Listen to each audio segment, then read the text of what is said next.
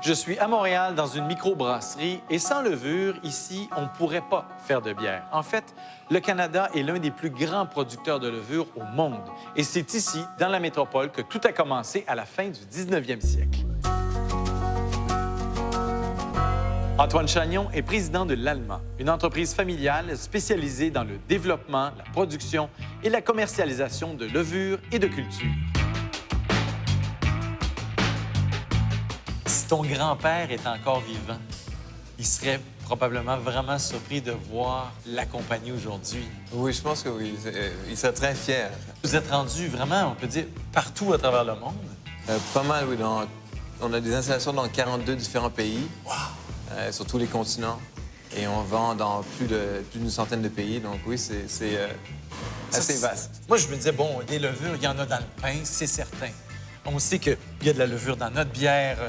Mais finalement, il y en a presque partout. Vous travaillez avec des levures puis des cultures, des bactéries dans à peu près tout ce qu'on mange. Les levures et les cultures bactériennes donnent vraiment un goût aux produits qu'on mange et en fait, apportent du plaisir aux consommateurs. Des levures. Grosso modo, là, on fait ça comment? Ça vient d'où? En fait, la levure, c'est un champignon unicellulaire. C'est un tout petit organisme vivant. Ce qui fait notre force, c'est la sélection des différentes levures et on les reproduit en usine. OK, parce qu'on le voit pas, mais dans le fond, ce petit champignon-là, ça y prend du sucre, de l'eau. Oui, de l'azote, les phosphates, les choses... Très naturel, oui, finalement. tout à fait, oui. Le petit tube que tu m'as montré, là, qui a quelques grammes là-dedans, quelle quantité de levure ça peut faire?